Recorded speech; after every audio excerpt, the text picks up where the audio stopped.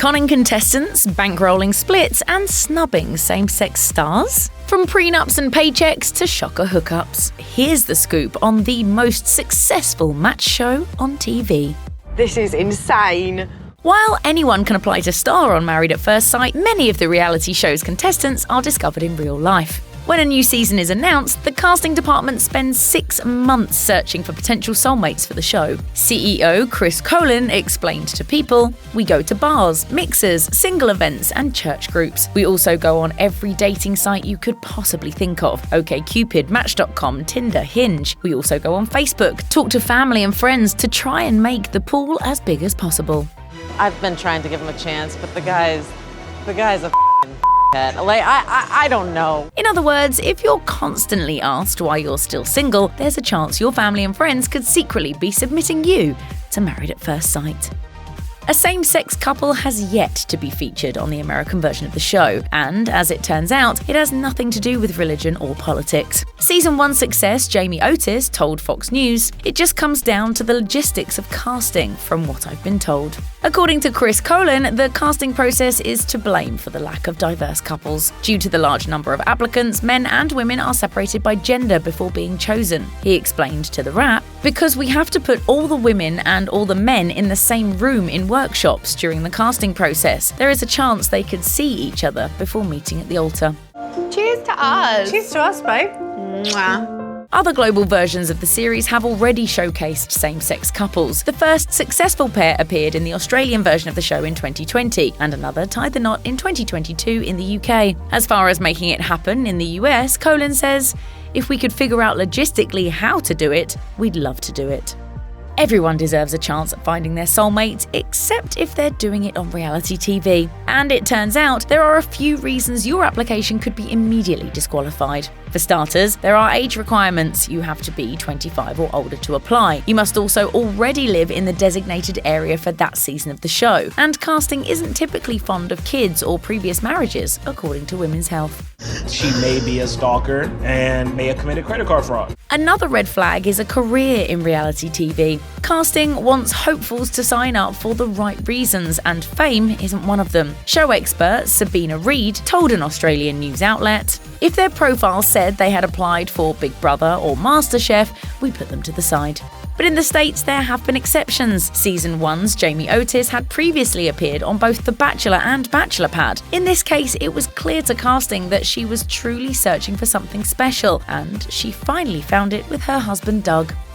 It takes a lot of courage to get vulnerable on national TV, but when the American series was on the hunt for Season 1 applicants back in 2014, production didn't want to scare anyone off, so they held back one tiny little detail. As Chris Colin told Reality Blurred, "We pretty much told them everything except for the fact that they would meet their husband or wife at the altar and see them for the very first time there." Later in the process, when the truth was revealed, Colin recalled, "Some people got angry, some people laughed, some people were just dumbfounded." I would rather be single for the rest of my life than get married to someone who I've never met before. But it was all in the name of weeding out anyone who wasn't really there to fall in love.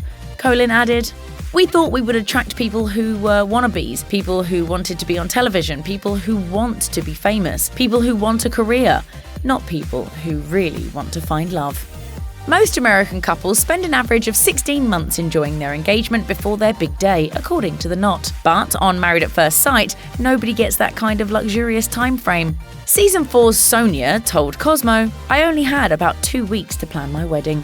You're so tall. I know. How's the weather up there? Can you touch the ceiling or something?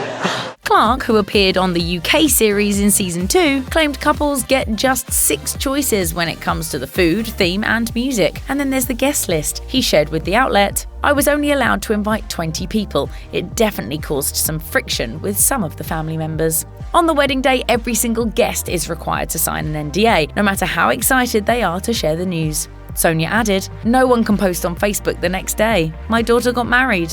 Decision day on this show is a big deal, and a divorce can sometimes turn into a sticky situation. In order to safeguard contestants, production requires that a prenup be signed by anyone involved. Chris Colin told The Wrap, "We want to give them some protection walking in. If for some reason it does not work out, at least you are protected with this basic form."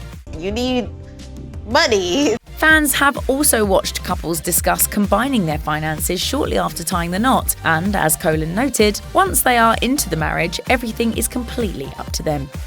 It turns out that starring on Married at First Sight doesn't just get you a spouse, it also earns you a paycheck.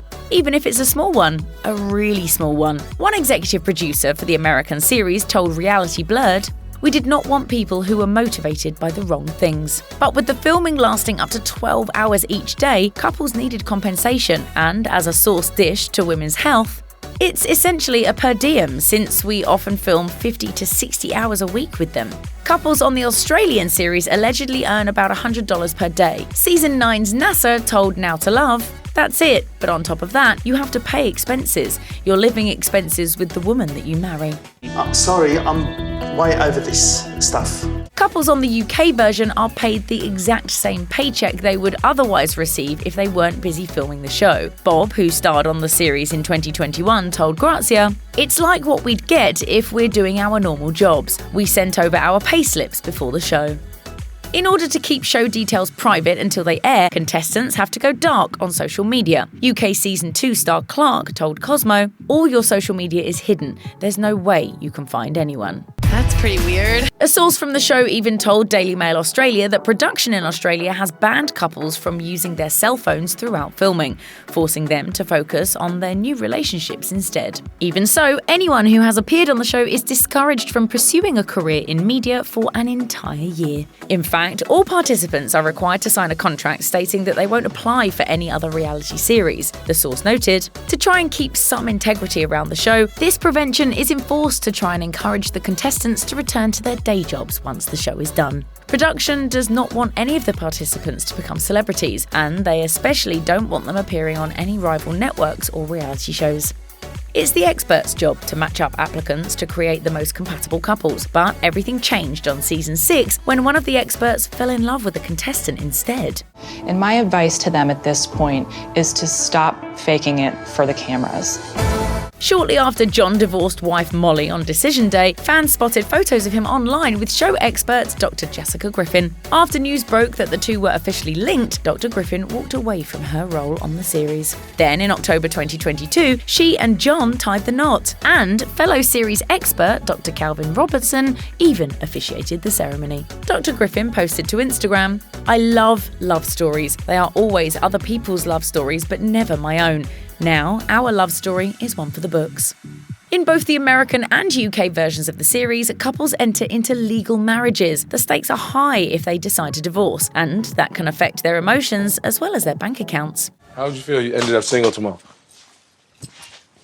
I would be sad. I didn't sign up for this to get a divorce. But production tries to help out where they can. While the American series doesn't necessarily set aside funds for divorces, Chris Colin told The Wrap, "We will contribute within a certain period of time if they get divorced. We will help them cover the cost of an attorney if they choose to do that." According to UK star Clark, the British version does set aside money for divorces before the season even begins. Couples have to let producers know if they want out.